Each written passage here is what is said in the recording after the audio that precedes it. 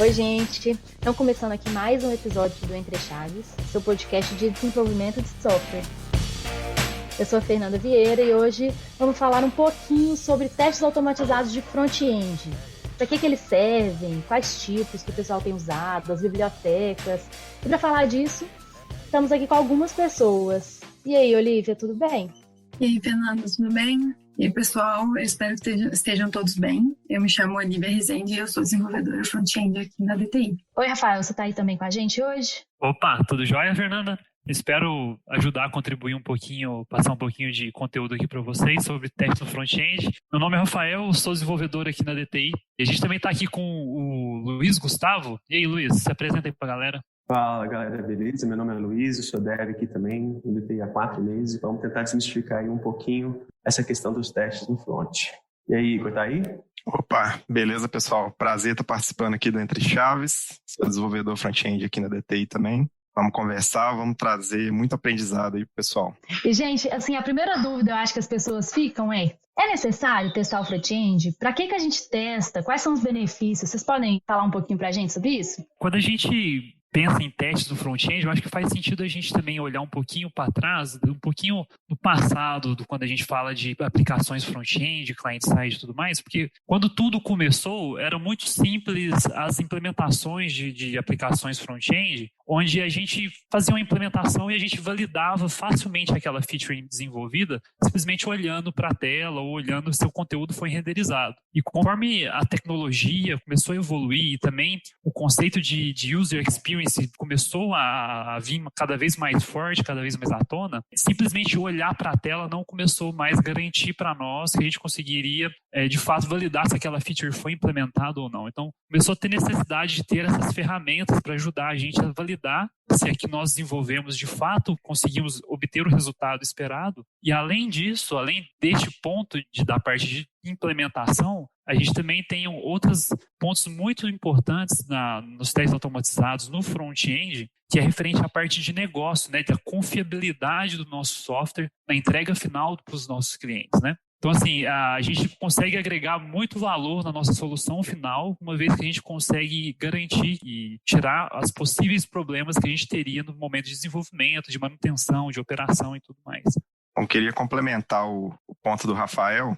É muito importante também a gente entender que hoje os projetos e os frameworks de front-end eles estão cada vez mais complexos e mais robustos, né? Se a gente for comparar, por exemplo, códigos de JavaScript que eram utilizados lá no MVC, por exemplo, que a gente utilizava muito jQuery, né? Essas bibliotecas e códigos hoje que a gente tem muito mais estrutura dentro dos projetos, como, por exemplo, no Angular tem a separação dos módulos, dos serviços, dos componentes. Dentro dos componentes a gente tem uma certa separação de todos os hooks ali, das funções que os componentes usam. Se a gente olhar para essa perspectiva mais complexa dos frameworks, a gente pode até comparar um pouco com os frameworks de back-end, né? Por que a gente testa a parte de back-end?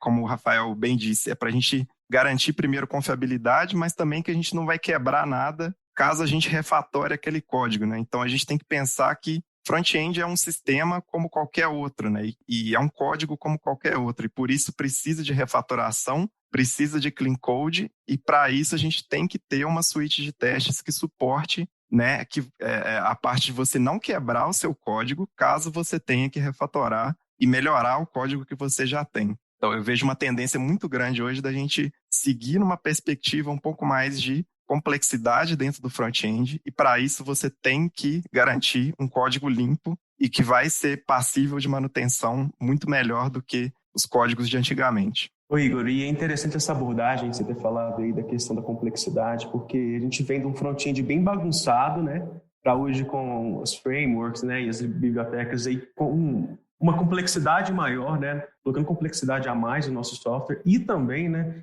trazendo uma divisão de responsabilidade um pouco maior, né? Então essa divisão de responsabilidade também do nosso código nos ajuda bastante com essa questão dos testes, né? E a evolução também dos frameworks de teste vem facilitando muito a vida do desenvolvedor front-end para estar testando a sua aplicação aí de ponta a ponta e até mesmo com testes unitários. Aí eu queria ver com vocês aí, galera, a questão do tipo de teste, né?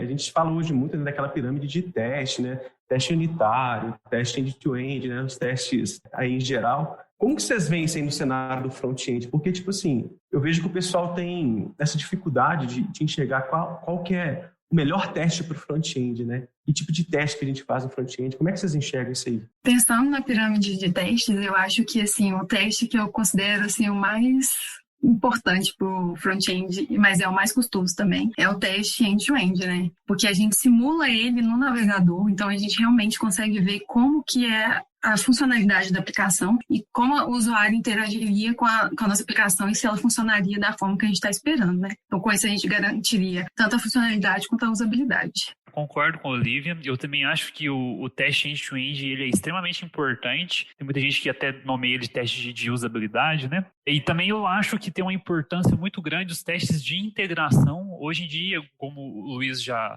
comentou, a gente tem uma evolução muito grande dos frameworks, então a gente tem muito framework hoje em dia que auxilia muito a gente a fazer testes de integração e a gente consegue garantir o funcionamento dos componentes da nossa aplicação front-end do jeito que elas deveriam se comportar. E também, vindo desse pensamento que a gente falou no início de cada vez mais as aplicações front-end têm mais responsabilidade, elas fazem mais coisa, elas têm mais implementações de regras de negócio em cima dela, em alguns cenários eu vejo que talvez faça sentido também testes unitários, porque, veja bem, se nós temos uma aplicação front-end com muita responsabilidade, com implementações de regras de negócio, muitas das vezes nós precisamos validar apenas a unidade da regra de negócio para garantir que aquela regra de negócio ela vai se manter íntegra ao decorrer da operação do software e também ela tem um comportamento devidamente que era esperado, né? É interessante também a gente observar, por exemplo, tem alguns, vamos dizer assim, desenvolvedores que já têm um pouco mais de experiência, até criaram bibliotecas de testes, como o Kent C. Dodds, que é o criador da Test Library. Ele já advoca uma perspectiva que não é mais uma pirâmide de testes, né? Ele até chama de troféu de testes, que seria o seguinte: na base desse troféu, então se você pensar no formato de um troféu, a base do troféu seriam os testes estáticos, que seriam aqueles testes que, por exemplo, um lint da vida vai te apontar.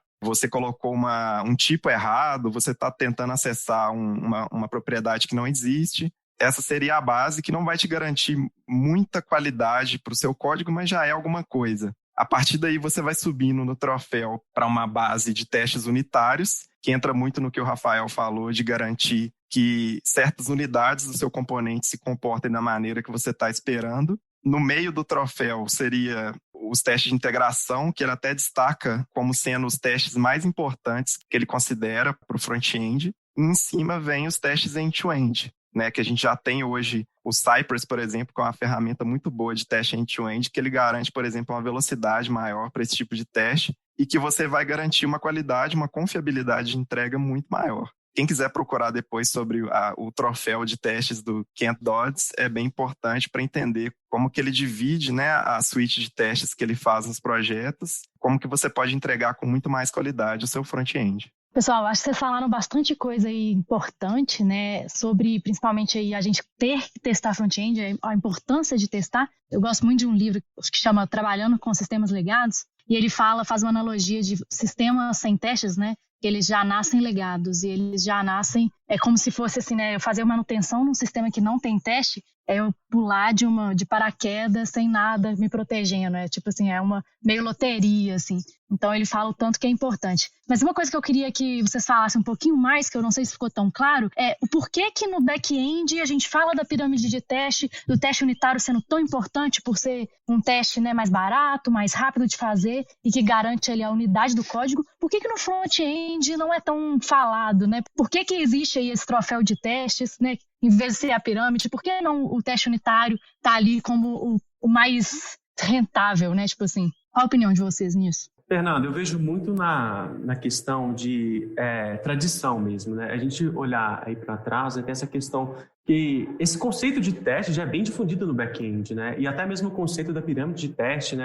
Ela vem desses sistemas, assim, se a gente parar para olhar mais a parte lógica, né? A parte do back-end. Front-end sempre era acoplado, no MVC, alguma coisa assim, nunca tinha muita responsabilidade, né? E hoje em dia também olhar para a questão só da pirâmide de teste dela em si, né? E olhar para o front-end é um pouco difícil, porque o comportamento do front-end é diferente, né? A gente não pode querer tratar o front como o back, eu pelo menos tenho essa visão, não sei se o pessoal compartilha disso. Até o Kent, ele fala uma coisa muito legal, né? Que para você testar seu software, né? Não basta só você testar o código em si, né? Mas você tem que testar, quanto mais próximo o seu teste se assemelha com a forma que o usuário usa o sistema, mais confiável é seu teste ali no front-end. Eu compartilho muito disso, né? A gente vai olhar aí para os testes de integração, né? Que até ele mesmo foca, até uma das bibliotecas que ele criou foca muito nisso, mas eu vejo que é uma abordagem diferente, né? É importante a gente observar, né, que o comportamento do usuário ali dentro dos sistemas. Até a gente pode falar um pouco de BDD também, né? E até uma coisa que eu queria ver com o pessoal, que se eles conseguem estar fazendo TDD junto com o front-end também, eu acho bem interessante a gente ver se essa prática é utilizada aí por vocês. Eu confesso que eu não uso. Mas seria mais por isso mesmo. Eu acho que é o olhar diferente, a tradição que a gente tem no back-end, né, de testes, né? A gente já tem N literatura sobre testes e sempre focado no back-end. E eu acho que essa questão do front-end vem de alguns anos para cá, né? Com o surgimento aí desses frameworks como React, Angular, Vue, né, que começou a trazer essa complexidade a mais ao front-end e que hoje, querendo ou não, a gente precisa testar. Eu tenho certeza que todo mundo concorda aqui que teste é necessário, mas eu vejo que essa cultura de teste no front-end, ela está meio que, vou falar aqui no início, diferente de back e de outras tecnologias aí. O que você acha, pessoal? Eu concordo muito com a visão do Luiz de cultura e também tem um ponto que eu vejo que o back-end, por ele não ter uma característica visual, é difícil validar o comportamento das features desenvolvidas em back-end por não ter um feedback visual, um comportamento visual. Então, acaba que gera um sentimento de mais urgência de implementar testes naquilo que é desenvolvido em back-end. E como o front-end ele já tem um aspecto mais visual, ele já te dá um retorno mais rápido daquilo que você desenvolveu ali na tela, então acaba que gera um sentimento de maior conforto, de tá funcionando porque eu vi na tela. Só que a gente esquece que não é simplesmente ver na tela para garantir que a feature funciona. Tem muitas aplicações front-end, vamos supor assim, pensar em front-end não só web, pensar em front-end tudo que é client-side. Tem muita separação de aplicações mobile, Android, por exemplo, que eles dividem um front-end do back-end de uma aplicação mobile, que deveria ser uma aplicação só client-side que seja. Mas então sempre existe esse lado de lógica, de business, que faz o comportamento funcionar também nas aplicações front-end e que, por causa dessa falta de costume, dessa questão de já ter o feedback ali momentâneo e tudo mais, a gente acaba deixando de testar. E também um outro ponto muito importante que é as ferramentas, né? A gente tem agora um surgimento de muitas ferramentas muito boas que viabilizam cada vez mais o desenvolvimento. O desenvolvimento de teste, a gente não tinha isso, né, até um tempo atrás.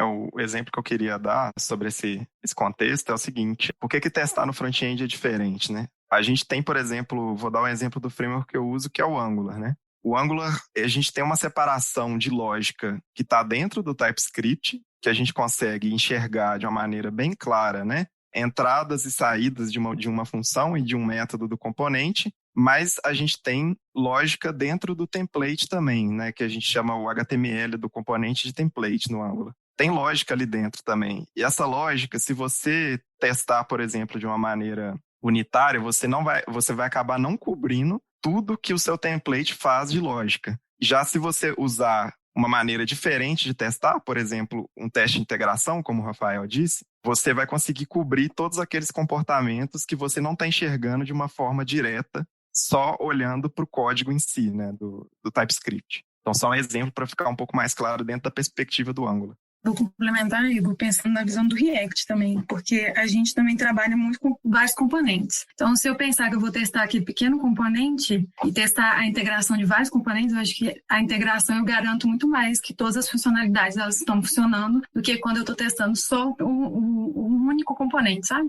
Então, é por isso que eu acho que o teste unitário não é tão difundido assim no front e acaba se falando muito mais de teste de integração e o teste end-to-end. E vocês falaram aí, já começaram a falar um pouco sobre os frameworks que vocês usam. Vocês podiam falar também um pouquinho as bibliotecas que vocês têm usado, assim, de teste de front-end, o que vocês veem que são as bibliotecas mais utilizadas e quais vocês utilizam também? Bom, no Angular, a gente tem, originalmente, vamos dizer assim, que vem com o framework, a gente tem o Jasmine, que é a linguagem que você escreve os testes, e o Karma, que é o test runner. Então, se você instalar um projeto Angular agora no seu computador, vai vir com esse framework, vamos dizer assim, de testes já pronto, instalado para você usar. No contexto aqui do cliente que eu trabalho, a gente não usa esse framework, a gente usa a Testing Library, que a gente está falando aqui do Kent Dodds, ele que criou essa biblioteca. Então, a gente adaptou a